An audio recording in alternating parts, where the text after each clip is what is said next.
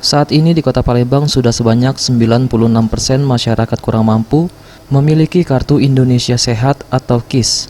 Dan Pemkot Palembang menargetkan di tahun 2020 ini 100% masyarakat kurang mampu yang ada di Kota Palembang sudah memiliki KIS. Hal ini dikarenakan pentingnya Kartu Indonesia Sehat atau KIS, terutama bagi masyarakat kurang mampu, sebagai jaminan kesehatan yang diberikan negara secara cuma-cuma. Wakil Wali Kota Palembang, Fitrianti Agustinda, yang ditemui menegaskan kepada lurah dan camat untuk benar-benar mendata masyarakat kurang mampu di tempatnya masing-masing yang belum memiliki Kartu Indonesia Sehat. Dengan sekarang Kartu Indonesia Sehat memang masih 96%. Nah, ini target kita tahun 2020 ini kita berharap betul data-data kembali masuk dari kecamatan kelurahan supaya nantinya di tahun 2020 ini bisa 100% seluruh warga Kota Palembang mendapatkan Kartu Indonesia Sehat. Karena mengingat manfaatnya luar biasa ya, dan ini kan fasilitas dari negara, dari pemerintah yang diberikan kepada masyarakat secara cuma-cuma tanpa dipungut biaya. SZPM Sriwijaya TV.